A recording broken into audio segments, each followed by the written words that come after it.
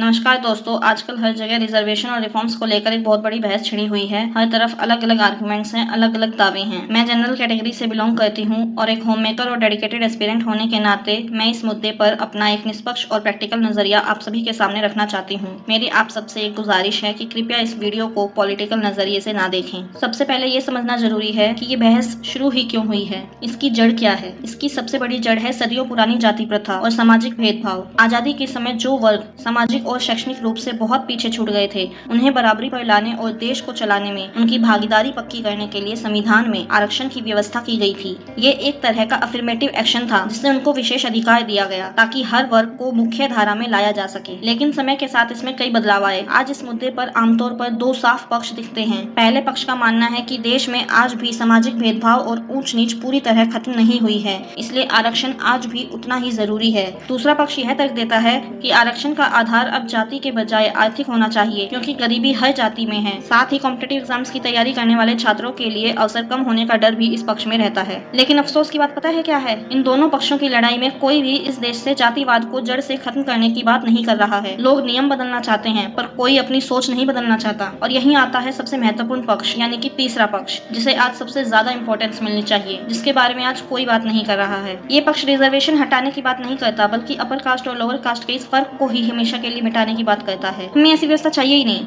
जहाँ पे कोई खुद को ऊंचा समझे और किसी को अपनी जाति की वजह से भेदभाव या अपमान झेलना पड़े। जो लोग आज रिजर्वेशन हटाने के लिए बड़े बड़े आंदोलन कर रहे हैं, उन्हें समझना होगा कि जब तक समाज से लोअर और अपर कास्ट का भेदभाव खत्म नहीं होगा, तब तक आरक्षण की जरूरत बनी रहेगी। मैं सभी कास्ट के लोगों से हाथ जोड़कर एक ही अपील करना चाहती हूँ कि ये बदलाव किसी कानून या सरकारी अपील से नहीं आएगा। इसकी शुरुआत हर युवा को अपने घर से ही करनी होगी। हमें अपने घर के आंगन में बैठकर अपने पेरेंट्स, बुजुर्गों और रिश्तेदारों की मेंटलिटी को बदलना होगा। उन्हें समझाना होगा कि हर एक व्यक्ति को वही इज्जत और बराबरी मिलनी चाहिए जो हम किसी अपर कास्ट के इंसान को देते हैं। जब हमारे घरों से जाति का भेदभाव खत्म होगा, तभी देश से कास्ट सिस्टम खत्म होगा। लेकिन इसके साथ ही जो लोग समाज में बदलाव और रिफॉर्म्स लाना चाहते हैं, हम उनकी बात को भी इग्नोर नहीं कर सकते। लेकिन हाँ, हम उन्हें एक बेहतर और सही डायरेक्शन जरूर दे सकते हैं, अगर आप लोग मेरी बात से सहमत हो तो। अगर हम समाज से इस जाति के बंटवारे को पूरी तरह खत्म कर भी दे, तब भी सरकार को जरूरतमंद लोगों की मदद जरूर करनी चाहिए। लेकिन उस मदद का आधार कोई जाति या कैटेगरी नहीं, बल्कि ये 3 सच्चे और प्रैक्टिकल तरीके होने चाहिए, जिनमें से पहला है परिवार की आर्थिक स्थिति को लेके, ताकि गरीब लोगों को भी पढ़ने का हक मिले।